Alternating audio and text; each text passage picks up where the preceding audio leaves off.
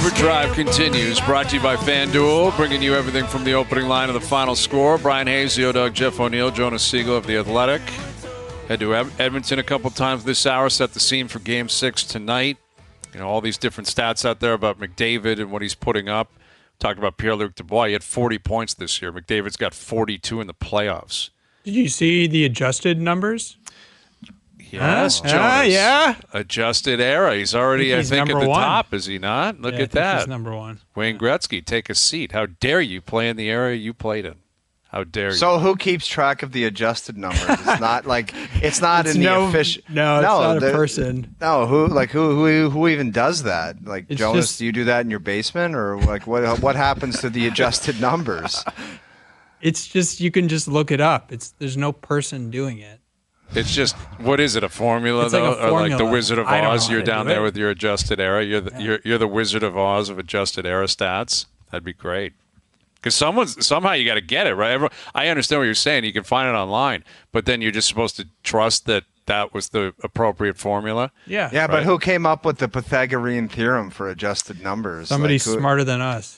That's a great question. Maybe Eric Tulsky, and now he's the GM of the Carolina Hurricanes. That is possible. If you Could break be any record though by Gretzky, like what are we? That's what we're saying. Like the assist Crazy. record is literally a record. Like it's like a factual record as opposed to adjusted error. And I think I'm goofing around. I think there is something to that because obviously there are errors where there's a lot more goals being scored, a lot of errors where it's more difficult to score. I mean, I think that's fair to try to formulate that one way or the other to try to get a better read on how this guy's doing today compared to what someone did 30 or 40 years ago. But the stats are staggering. And that's the beauty of McDavid and watching him play. Is you don't need anything underlying. It's all right in front of you. Watch the guy play. You're like, that's the best player. That guy right there is putting up stats that are absolutely absurd every single night. And I kind of expect it to continue. And it feels like it has to, right? Like the way Draisaitl has just faded into the series and really has not been impactful whatsoever. It does seem like Skinner's got to be great. That goes without saying. And McDavid's got to have like 3 points tonight for them to win. Kind of what it feels like. And yet, that doesn't seem so far-fetched. Mike Johnson coming up in a few moments. Don't you think, Hazy, with Draisaitl's injury, like he's got to factor in like sooner or later? He's too big, he's too fast, he's too good. Depends on the injury. You know, it sounds and seems as if he's really banged up. It was like Tkachuk in the Cup Final last year. The guy he couldn't do it anymore. Yeah. He ran out of steam. He couldn't play. And Draisaitl's not going to come out of the lineup, but I don't know what you can expect out of him. But that is an X factor. He doesn't usually fit the bill as an X factor because of how great of a player he is. But if he arrives tonight, like if he comes out flying and starts leaning on you, you may have some serious trouble on your hands if you're the Panthers. Because he is more than capable of being the second best player in the series. Oh, and you know he's thinking that. If I can just dial in and have this one game and then roll the dice in Game 7, God, that's scary stuff. Go time. All right, Mike Johnson coming up here in a moment. We started last hour. Provoked something that I'm not sure you had that in mind, but you decided. I didn't know it was going to dominate the first hour of the show. I had a brief conversation with Jonas and said, just a bit of a segment idea. You take big breaks before you're on. And if you could come up with some things that me or Hayes have said that you've hated, and we can call it Jonas Knows Best, please don't be shy to bring them up on the show. All right. Do you have another one you want to supply the world with, Jonas? Guys, I got a whole list. Oh.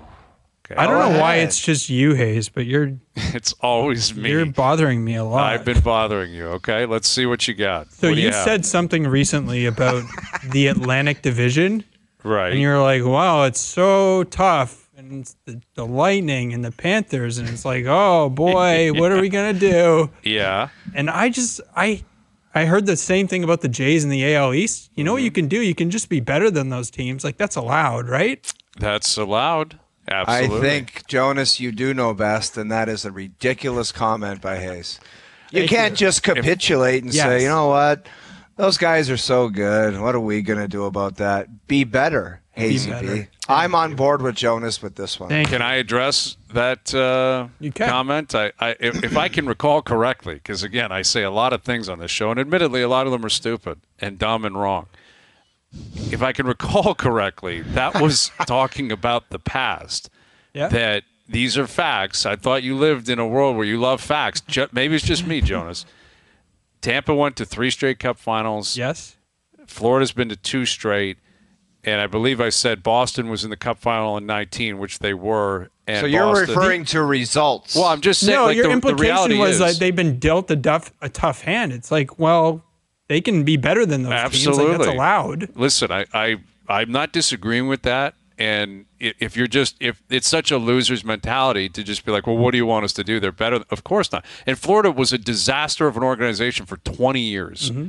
And the Leafs didn't do themselves any favors and take advantage of that. Tampa was not very good for a long, long time. But factually, Boston was in the Cup Final in 19. Tampa then went to 3, and now Florida's been at 2. Like, literally the last 6 Cups have had a team from the Atlantic. Now, you would think Toronto would say, can we be a part of that? And they should be trying to do that, and they are trying to do that, but they haven't been able to do that.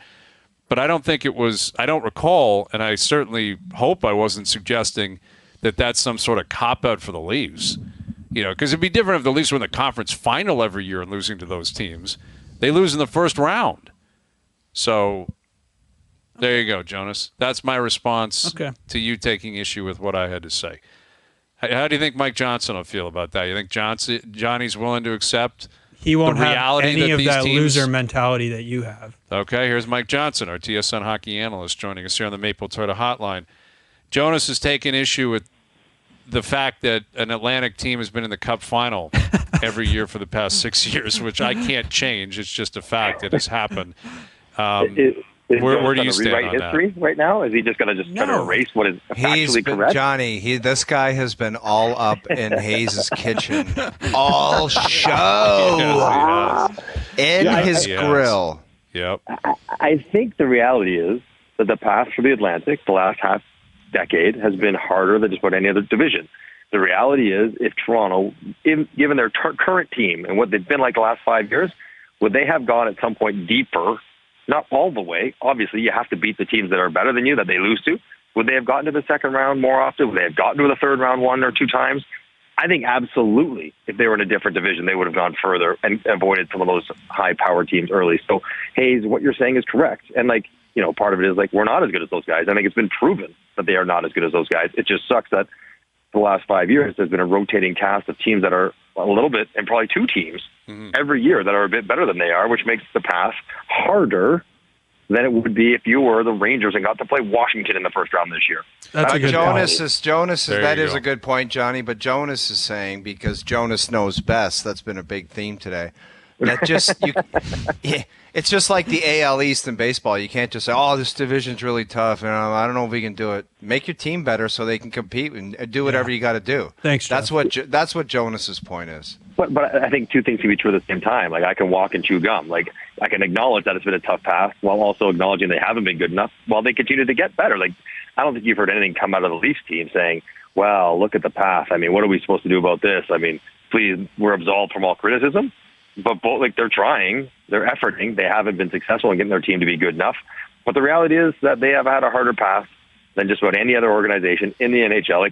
Think about, not that the world's conspiring against Toronto by any stretch, but they sign all those guys to long-term deals. COVID hits, flat cap. Almost no team was hurt more by 4 years of a stagnant cap than Toronto, because they had just signed all their big guys. Nobody's fault, just happens. And then you couple that timeline with this run of awesome teams, Boston, Tampa. Now, just when Tampa's falling, here comes Florida ascending. It's made the path, and trying to do that. Trying to be better, trying to compete with those teams. It's made it very difficult, and they haven't been able to do it just yet. Jonas also mentioned that he doesn't or nobody knows what the Leafs' plan is, and all of a sudden it's this stuff's going to be happening fairly soon, Johnny, and we're going to get to the Cup Final in a minute here. But what do you think the game plan is here coming into the next 10 days? Well, I think Mitch Marner is the centerpiece of it all, isn't it? They sort of figure out what they're going to do with him, and obviously it's been reported, dragged and otherwise, that perhaps an extension is in the works. Like, if that's the case, then that obviously tilts the direction they're going in, how much money they have left. What do they do with the other players in their roster? How do they round out their defense? They're obviously not going to get a bona fide $5, $6, $7 goaltender because Marner will have eaten up a lot of that money. Like, that's the decision, though. And you're right. Like, it's got to sort of be done sooner than later, because if you're going to trade Mitch Marner, or anybody for that matter, the draft and prior to free agency is when you want to know that you can try to trade them, when the market has not fully spent all their available cap space. So I guess they probably have two paths, right? One is trade Marner, use all that money for the players they get, plus go get 2 or 3 defensemen, go get a really good second goaltender, round out your forwards, whatever. The other path is you bring Marner back, he makes $12 million, and then you're kind of waiting one more year for Tavares to get off the books and have some more money, and you're just sort of nibbling around the edges again. And the team would be really good if they did that. I'm not saying they won't be, but that's not sort of the seismic change that people thought was going to happen this summer. So we'll see. I mean, we'll know soon enough. Literally in the next 10 days, these questions will probably be answered. Don't you think they know? Like, Jonas and I were butting heads on this earlier, where Jonas is not certain that they know what they want. I believe they would. I don't think they have any obligation to let the world know. It would make our lives a lot easier. I would love that. But the Leafs have not been sitting there for a month and a half just, talking about the Jays and watching hockey games. I mean, they've been at work with what they want their plan to be. It doesn't mean they'll be able to execute that plan. That's a different conversation. But as of June 21st, they know what they want to do by now. They would have their ideal case scenario, but the wrinkle in all of that is that they're not really in control of that scenario if it involves Mitch Marner because of his no move. So you can have meetings and say, hey, listen, if we can trade him for a good young defenseman and a good winger, then we can use the extra. Like, sure, they'll have those plans, but when you can, you're not in control. And we can debate how much you can sort of force the hand of players to waive no move clauses and accept trades if they don't want to. But at the end of the day, if Mitch Marner comes out public and say, I'm not doing anything, which he sort of has, then even if they know what they want to do, they're not in control of that path. So you have to have multiple angles ready to go based on, what you're hearing from Mitch Marner's camp on what the extension would look like if they want to go down that road, or if he's 100% unwilling to waive anything. He's like, I don't care.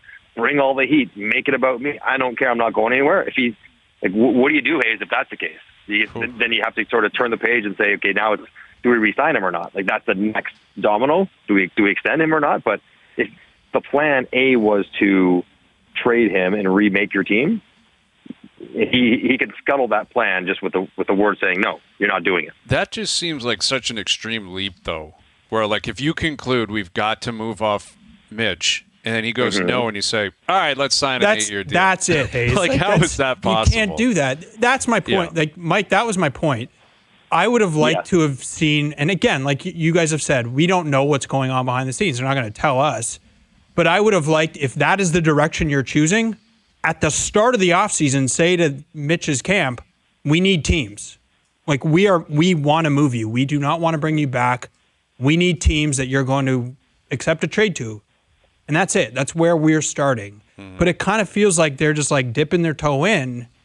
And I just think they could get to July 1st, and it's like, well, this is still playing out. And then what happens? You know what I mean? Like, they're kind of... Yeah. Well, you're trying to toe the line, right? Like, because let's I mean, you're right. This would not be news to them. They wouldn't go, we want to trade you to, we want to sign you, just like that. But you probably want to explore everything. Like, if we can trade you, what does that return look like? Maybe they obviously have floated that around the league. What if the return's no good? What if the return is not anywhere near commensurate with what Mitch Marner does for the Toronto Maple Leafs? Maybe then you have to pivot, say, well, are we better off keeping him for 1 year, for multiple years? Is it better to get him a 4 year? Like, I don't know. I think there are several steps in between trade him, extend him for 8 years and $100 million. Like, so that's a pretty two ends of the spectrum for Mitch Marner, but they probably work through all the steps in between and what that could look like. I don't know. Like, I'm just trying to put myself in that GM's chair. Like, I would want to have, like, okay, here's option A, trade him. This is what it looks like. Where we can send him if he gave us teams. Option B, he says no, we don't extend him. What does that look like? Option C, I want them all in front of us and say, okay, what's going to give us the best chance to win a Stanley Cup this year and every year in the next 4 or 5 going into the future with the team that they have? And then I guess you choose whatever you think is the best option for your club. But I would imagine there would be several different ones available, and they'll need them because of the no-move clause. They don't get to direct which way it's going to go. With Mike Johnson, so Game 6 tonight, Leon Draisaitl does not fit the description of an X factor because of how great of a player he is. But based on his injuries and the way he's played, has it come full circle? Like, is he possibly an X factor tonight? And if he shows up and brings something, how massive could that be in terms of a shift in the series? So the way I look at it, Hayes, is like he's like a bonus X. Like, I think X factors are guys that could do it, could not, and you would not be surprised either way, and you're hopeful that it goes well. If he were to bring it and have a great game on the puck, creating plays, scoring points, that would be a really big surprise. He's not great. He's historically one of the best playoff performers ever. But he's so hurt. He's like a Vander Kane, but they can't afford to take him out of the lineup. Like, he's not skating well. He's not pulling away from anyone. He's standing almost even more upright than normal. Like, I think 100% something's going on in his back area. And he heard it a couple series ago against Vancouver, and it's probably never quite been right. So, yeah, if he could somehow find a miraculous 22 minutes to give them something like he always does in the playoffs, like, that is massive. He's such a huge playoff performer. But watching him, Hayes, unless he got some miracle treatments in the last 2 days, I cannot expect it. Like, I watch him so closely, how he moves, how he skates, how he pushes, and it's not there. Physically, it's not there right now, so he's just kind of gutting it out. They can't take him out of the lineup like they took Kane out because there is no viable replacement for Leon Draisaitl. So I don't even know if I would consider him an X factor. I think it's just strictly bonus territory for him at this point. Johnny, what the hell could coaches possibly drink a beer and draw on a napkin to stop McJesus? Like, as a counter, like, what could you possibly say? This is what we're gonna do to slow 97 down. What could they possibly come up with? Or is it just like, well, depends on what era we're talking about. But. Right, because I mean, you could come up with something like, well, let's put a shadow on him. Right? When he's out there, when he winds up, like, just swing with him. Yeah, but he skates faster than any shadow. That's his advantage. Yeah, but you're right. But you get a good enough skater out there, Barkov can, like, position himself to get around him with his stick and everything else to discourage him from ever getting the puck. But I don't think they go down that road because that's sort of capitulating to his greatness, which I don't think they want to do. I think, there's two things. One, make him play in his own end. It's so cliche to say, but, he can't score from his own end, get the puck on the boards, chew up time, be physical, don't let him get ahead of steam. The other one, which I don't think Florida's done a good job of, which I'm surprised, though, is when you see guys, I thought Vancouver did, decent job of this at times, basically interfere with him before he gets the puck. But you do it at a level where he doesn't, you're not getting called. So you're kind of grabbing him, you're kind of hooking him, you're kind of skating through his legs, and you make it so he doesn't get full speed and then gets the puck. And Florida hasn't done a great job of that the last couple of games. You've seen a lot of him swinging deep, taking it, and just rolling full speed through the neutral zone. So get into his hands and his legs before he even gets the puck. Like, basically commit infractions all game long against them and just dare them to call interferences because they won't. Beyond that, I guess you would probably say try to make him shoot. He's still a better passer right now than shooter. He's drawing people in and finding open guys. So, make sure to tie up every available option if you can. And then last one, don't take too many power plays or penalties because the power play is heating up now, and that's a bad sign for Florida. So I put all that together and say, okay, I don't know if any of those work, but if I've had a couple pops, like, that's maybe where my head would go at first. Mike, we were debating earlier, if Edmonton were to come back, is the bigger story Edmonton comes back or Florida chokes? The nature of media would be that Florida chokes. Yeah. Like, isn't that what we're drawn to? Mm-hmm. Sort of like, oh my God, how bad that is, as opposed, like, we like the car crash, as opposed to, like, the excellence of Edmonton finding a way. I mean, I think, Jonas, the story will be, if it happens, it's Connor McDavid. Yeah. Like, where now does he sit in the pantheon of the greatest of the greats? Is he ahead of Sid? Right? Like, is he ahead of Gordie Howe? Like, I think that's the conversation that stems from this. If he's able to do what he's done and they come back and win, that would be nice. But I think if you think about the teams, I think for the next few years, it'll be Florida drop the ball by not finishing off a series they're up 3-0. Yeah, that's where my mind goes. I mean, I think it would surpass, the Falcons down 28-3. I think it would surpass the Yankees up 3-0 on the Sox in the ALCS in 2004 because it's the Cup final. I mean, again, we're putting the cart before the horse, and obviously McDavid. It would be something that we've never seen before. It would surpass Gretzky in some ways because he never did that. Lemieux in some ways because he never did that. We discussed this earlier in the week, Johnny, that I think one cup in 2024, especially in this fashion, is probably worth 2 or 3 in the 90s or the 80s. I think so. I know. Hearing you say that again, that's bad. That's bad. Down 3-0. Down 3-0. Yeah, but they still got themselves down 3-0. Like they played a role. You've had some quality comments over the years. But saying one cup is worth 2 or 3, I think that is preposterous. That's where I'm going with it. You know what, Hayes? That's not your dumbest take. I'll just leave it at that. Because how come in the 60s and the 70s and the 80s, teams were ripping off 4 cups in a row? That's 5 different. Cups in a row, 4 and 5 years. There were like 6 teams some of those years. Like that's different. That's what I'm saying. In the 80s, there were 21 teams. I remember my pencil case with 21 teams on it. No salary cap. Like this is what teams did. So I think in that sense, if you get one now, especially in this fashion, like maybe not quite 3, but it might be a 2x. Like it might be the equivalent of getting 2 in 82. Well, and I think the nature of how it happens is important too. Is the point? Well, and the nature of the game. Yeah. No salary cap, 32 teams. Like it's a different sport than it was back then. It's harder. It's flat out harder to win a cup now than it was then. That's undeniable. Yep, absolutely. There you go. And that's what we're talking about. And Florida, conversely, that could spin you completely out of control if you go to back-to-back cups and then you blow a 3-0 lead. Like they're thinking that right now. Well, exactly. That's the dangerous part. And think about how they reacted correctly, but when they lost in the first round after they won the President's Trophy 3 years ago, they traded Huberdeau. They're like, this won't work.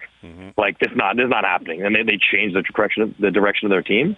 They're not afraid to make bold moves, and their GM is pretty fiery, as we learned after the game the other night. So they're still patching the wall in the press box the other day. So, I think it's creeping in. And what's interesting, guys, I don't know if you guys have heard this, maybe you have, Florida did not fly their families back here. They did not pack everyone up for Game 6 like they did in Game 4.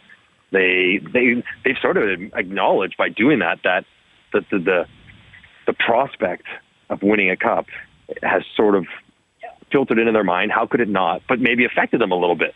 Well, what if they win? What if they win? Their families are just not going to be there? No, they're probably going to do what I said to begin with. Do it on your own time, and nobody knows about it. Don't tell whoever. Just go to the game, scalp a ticket, do whatever you got to do. Oh, that's what's happened. Those who wanted to come found their own way, found their own hotels, found their own tickets. It's not a team thing with the videographer filming every second of it. It's just like, hey, the Tkachuk family will probably be here.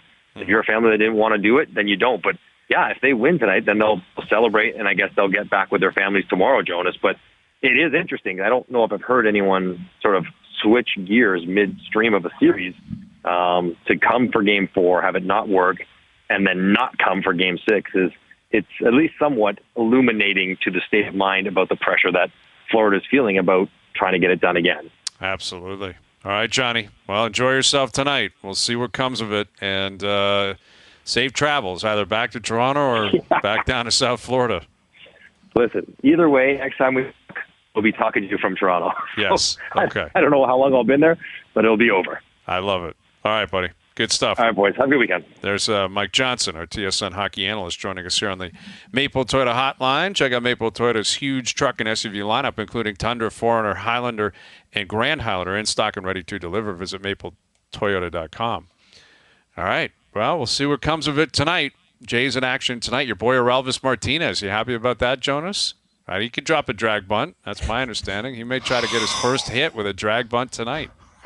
I've heard he hits more for power. He does hit for power. But I think he's sneaky. I think he's just a good offensive weapon, like you are when you play softball. Right? Do you still hit a nasty? Do you still drop a nasty drag bunt when you play softball? I don't play anymore, but I think. Why did you retire? What happened? Bad knees? The team just Jake Taylor? disbanded, and that was it. Oh, it's disappointing. Yeah. Oh, we got to get you back on the diamond, man. Yeah, you were I'm still very fast. I know you are. You dusted this guy. Send us applications for Jonas to be on your softball team. I would love to see you guys try to drag bunt and see if you could actually get on base. I can drop a drag bunt better than you would not anyone. you would get thrown out right away. I do think you're right. I don't think I could do it. Me running up the first baseline would be pretty pathetic right now. Yeah, I'm a drag bunt specialist. All right. Noodles coming up. We've got Matthew Shinetti as well, looking back on Canada losing 2-0 to Argentina. Jeff had a good take about that, by the way. Sorry. You have some takes on that? No, Jeff, I thought had a good take on that earlier. About it being a loser's mentality, trying to find moral victories in that? Yeah, I appreciate that. I mean, they weren't going to beat Argentina. It's not at all surprising. But I guess that's the moral point. Victories. Yeah, you can't just accept that. I guess the question I have is like, what does the country have to do, like fundamentally, like grassroots? What has to happen? This has been great, everything the last couple of years, World Cup, but like, what has to happen for us to play a game? And it's not like there's no way they can beat Argentina. Like, what has to happen grassroots for that? Like, do we need some kind of complex in Florida for development? Or we got a pretty big country, and it just seems crazy that it's just no contest against that country. I just don't think it's possible to meet the passion that Argentina has for the sport. Well, Canadians aren't passionate enough? Not for that sport on the same level. Yeah, but Hayes, look what's happening in basketball. Like suddenly, like you look at the Canadian Olympic team this summer, it's like, can they win gold? Probably not. Why don't you get me how many kids are enrolled playing soccer in our country versus Argentina or different countries like that? Because there's countries with 400 people that have great soccer teams that compete in all these tournaments, and they're unbelievable. I can't argue against that. Like the idea that you need 11, right? Or you need whatever. You need to fill out a full roster. You need 20 players. Pro players, adults who are prepared to take on a team like Argentina, but Argentina's they're always one of the 5 or 6 best teams in the world. They're a world power. But I just want to know if there's any possibility for the future. I don't think so. I hate to break it to you. Then what the hell are we even doing in the first place anyway? Yes, like do you think there's to use hockey as an analogy, do you think in Germany they're saying, why can't we beat these Canadian guys? No, but look at Finland. Like Finland's always in the mix. Finland's a hockey nation. Like that's their primary sport. Finland steps up and wins a World Juniors. They'll win a World Hockey Championship. And they don't just say, we'll never be as good as those guys. The equivalent of that would be the Netherlands doing it, or another European team. It just it's not like the Americans are winning World Cups. The States is 10 times the size of us. They have warm climate states where you can play outdoors the whole year. They have beaches where you can play, just like they do in Brazil and Argentina, etc. They can't beat Argentina either. They're not chasing these teams down. It's just there's like 6 to 8 teams. It's like every sport where 6 to 8 countries just own the sport, and they always have. And it's always been Brazil and Argentina and Germany and Spain and Italy and France. That's fine if those are facts. They are facts, but it's just kind of a crappy mentality to think about. It's like, we're the Netherlands at the World Juniors. Well, we're not we're the Netherlands at the World Juniors. Yeah, I mean, listen, it's a great era right now. There's really good players. They made it to the World Cup on merit. They didn't get handed anything. They won CONCACAF. Like Davies is good. David's good. There's good players on this team, but I don't know, man. I think the idea that they're going to get to a point where you're neck and neck with Argentina, that's just not a reality. Jonas, you disagree? I just keep thinking, what's next? Brazil, Spain? Hey, why isn't Mbappe from Montreal? How are we going to get our own Messi? That's not going to happen. I keep thinking of what Canada's basketball team looked like 10 years ago, 15 years ago, where they weren't anything.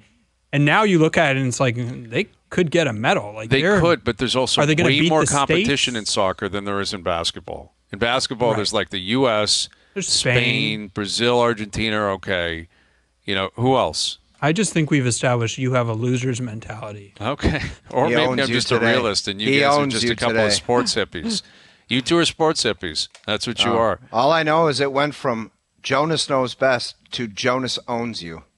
Okay. He's dominated you today. All right. Noodles is coming up. Overdrive continues. TSN 1050 and on TSN 2. All right. Matthew Shinetti to add some sense to this program later in the afternoon. Noodles he'll be disgusted by what you two were just talking about in the last segment, suggesting that it's reasonable to expect Canada to be on the same level as Argentina. One day. I did not say. I just asked the question, when can we expect, or are we just going to be Latvia at the World Juniors every year? Yes. And you know what? The coach is going to be like, they're better than us, they're stronger than us, and they're all first-round picks, and we don't have a chance. Yeah. Do you want that speech? I'd rather not. Exactly. I'd rather not, but I'm living in reality. You're a sports hippie. Every part of the games, they better than us. Right. I don't ever want to hear that. It sucks, but it's your reality. All right, Noodles joining us now. Noodles, can you add some sense to this? These two idiots think that it's reasonable to expect Canada on the same level as Argentina, Brazil, France, the great soccer countries around the world. Zero chance. Maybe in Frankie's kid's lifetime. He's got newborns right now. I mean, yes. I hope so, but I don't know enough about it. But I'm telling you, like, this is the Victor Mete. Remember, Victor Mete was the fourth rounder. They like a bunch of first rounders and a fourth rounder. I think it was Victor Mete that coach was talking about. Right. But honest to God, I'm with you, Hayes. I'm going to try and talk some sense into it because I don't think we're headed in that direction anytime soon. I mean, were there some moral victories last night? Is that what you're talking about Well, today? maybe some moral. Although Jonas and O don't want to hear moral victories either. They just expect. You guys are losers. Yeah, you're complete losers. All we are is realists, and it sucks to say, oh, they played fabulous. They were great on the pitch. They haven't scored a goal with their new coach. How long? My only question is, how long are we going to keep doing that? I think it's fantastic they're on the big stage, and they have been for a couple of years with some great young players. But you can only go to the well so many times and say, this is fantastic, and you wheel Duthie out there and they don't score a goal. Okay. Well, last year they scored a goal and there was a celebration like you've never seen. People honking horns and stuff. You've got to get past that, but I don't think that's anytime soon, guys. Like, I don't think that's, coming right around the corner. It's going to take a little bit of time to build programs up to, you got to put a bunch of money into it, and almost like the old draft and develop type of thing. Like, I don't know. It's going to take a while. Let's move on here. Okay. We didn't call you for footy talk. Footy talk with Noodles. The strength. Let's do a podcast. Footy talk with Noodles. I love it, man. I think that would do well. I really do think there'd be a lot to that. All right, paint the picture. You're back. You're in your hometown, Edmonton. I said earlier, again, these two have been teaming up on me. It's been very unfair. I think it'll be nervous energy tonight, where I thought Game 4 was a party. It was we had nothing to lose. It's a party. Now you got something to lose because you're back into it. I think nervous energy in the building by the fans tonight. What are you anticipating? 100%, because you come back. Now, I'm going to even go a step further. You can't be going, now you got it to Game 6. The building's going to be the seventh man. You're looking towards Game 7. You know who's not looking towards Game 7? Florida. They got on the plane. They're pissed that they had to get on the plane, and they're going to show up tonight. So the Oilers got to show up. So I don't think this is moral victories and anything. It's, you're right. Game 4, they were fantastic. They ran him out of the building. Went into Game 5 and played very, very well.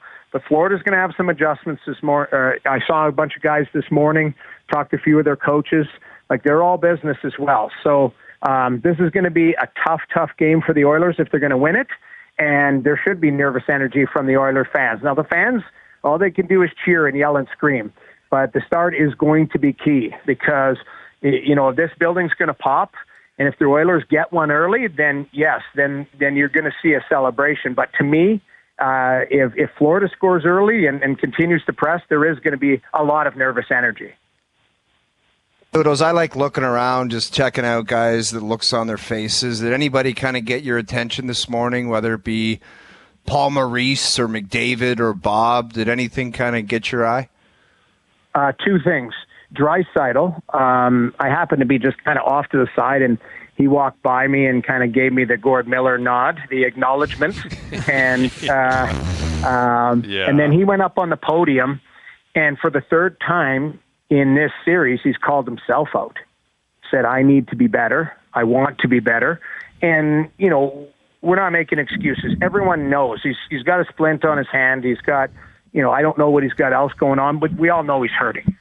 But bottom line is he needs to be a lot better if Edmonton's going to win. So I'm calling it tonight. he has to have a Draisaitl night. We've seen the McDavid night. We've seen the Bobrovsky night. We've seen all different, Connor Brown's been unbelievable. We haven't seen a night where it's been Leon Draisaitl has been unstoppable. And I think if Edmonton's going to get to a Game 7, one of these two games has to be the Draisaitl night. So no better night to do it than tonight, because he basically, like I said, he doesn't point fingers and he doesn't run from the media. He was on the podium this morning saying, I want more from myself. So I thought that was impressive. Noodles, another terrible take from Hayes was that there is a scenario where they could pull Bobrovsky, which just seems crazy. Do you agree with him, or it's a stupid comment as well? I don't Jamie. think that was it. Come on. Let us go to hold Jamie. on a second here. Jamie, go ahead. Yeah. I want context because I feel like you guys are just making things up. Yeah, they are. The sports We're hippies over here. They're taking shrooms and hitting the bong, and the sports hippies. They're not listening. They have no idea what's happening.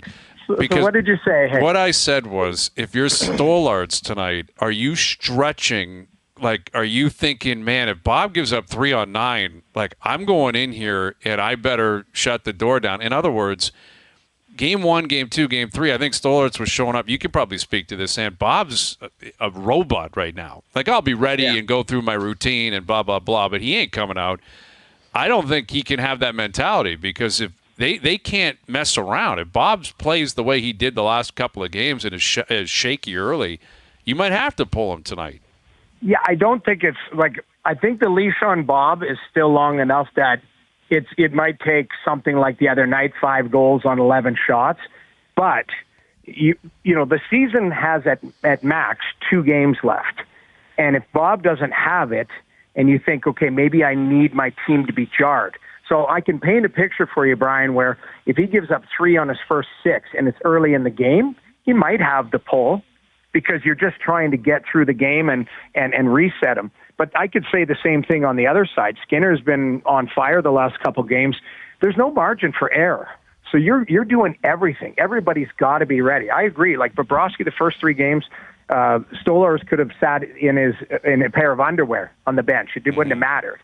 But I think now, with so much at stake, and if Bob has given up 9 goals on his last 39 shots, if he's not sharp, I could see a scenario where at least they're sniffing. Put it that way, sniffing. But it's Bobrovsky's net, and he's going to have a response tonight. He looked like he was all business this morning. Yeah, he has to. Can you picture a scenario where the Oilers win, let's say tonight and Game 7, without McDavid rocking up, 2-3 points a game? Can you see a scenario where that happens? I can only where I pointed out earlier, the Draisaitl game, where it's just Draisaitl goes. And I can also see a 2-1 where it's a chess game where maybe both teams don't have it. They don't want to give up too much, but they're not going to take too much. Like I could see one of these games. Trying to remember, was it the Dallas series where it was like a 2-1 win and Edmonton was kind of hanging around, holding on. Skinner had to stand on his head. That was Game 6. But I think there's been some close games where it hasn't have to be McDavid that just steals the show. If Edmonton wants to defend very well, you're not going to find a lot of open ice tonight. So I could see a tight game. And yes, I could see, if 97's held off the score sheet, or if he gets maybe an assist or a goal, it's somebody else that leads him to a victory. Noodles, where do you think this McDavid run will rank, like, among playoff runs for great players? Like, whether he wins the cup or not, like, is this better than any run that Crosby had? Is this, like, where do you think this ranks as far as, like, an individual playoff performance? Well, it's been impressive, but the problem is, it's not a finished product yet. So, the run has been amazing, but if it ends tonight and ends up with 2 points and they lose 4-2 or something like that, he's going to win the Conn Smythe, and it'll be an amazing run. But, Crosby would trade all of these types of runs and points in that for winning. So I think winning is the trump. But I can't remember the last time that I've seen a player is buzzing like the whole league is talking about. I'm talking to players that aren't even, playing anymore, going like, we can't keep our eyes off this 97 right now. So it is pretty impressive. If he ends up, they complete the comeback and I mean, now we're talking historic type of situations. And Draisaitl and Hyman were asked about it this morning, and they really just turned and basically said, we're trying to win Game 6. We're not worried about this historic comeback and all of that, which was the right lip service. But, I could see it, Jonas. I would have to reserve my judgment for how it ends. If he ends up a champion, then, he's written his own script. If he falls short, then the luster a little bit comes off. It's not his fault, but the luster does come off a little bit if he doesn't win. Yeah, it just becomes a statistic that we'll reference. Back then, look at the points McDavid had. But that's what he's facing here, is because when he passed Gretzky won the Cups those years. When he passed Lemieux won those 2 Cups. That's the thing that's facing McDavid here, is he could be a part of history statistically in a losing fashion. Which, speaks to how tough it is to win and maybe how good Florida is in the end. And we'll see. Yeah. That's why they play the games.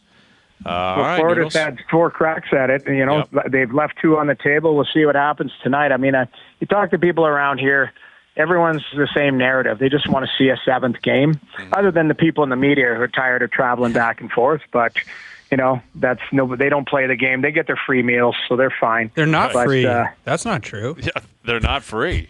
Okay, Jonas, you get meal money so that you can bill it to the Athletic if you had to travel. Don't worry about it.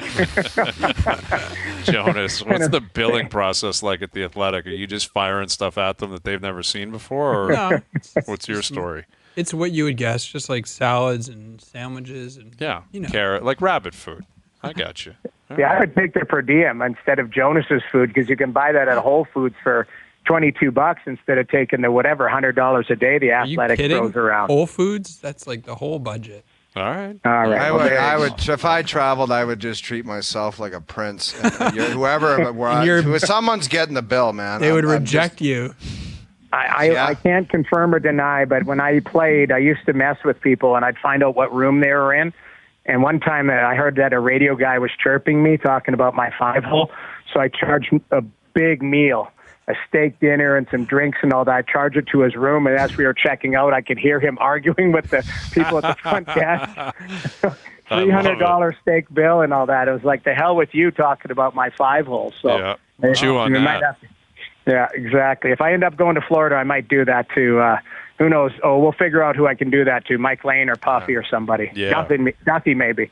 Well, Duffy, I mean, this guy's flying coast to coast, first class, right? He was in Atlanta last night, Edmonton tonight. Yeah, he's the hardest working guy at TSN right now. Yeah, he sure is. He sure is. Yeah. All right, Noodles, enjoy it tonight. We'll do it again early next week.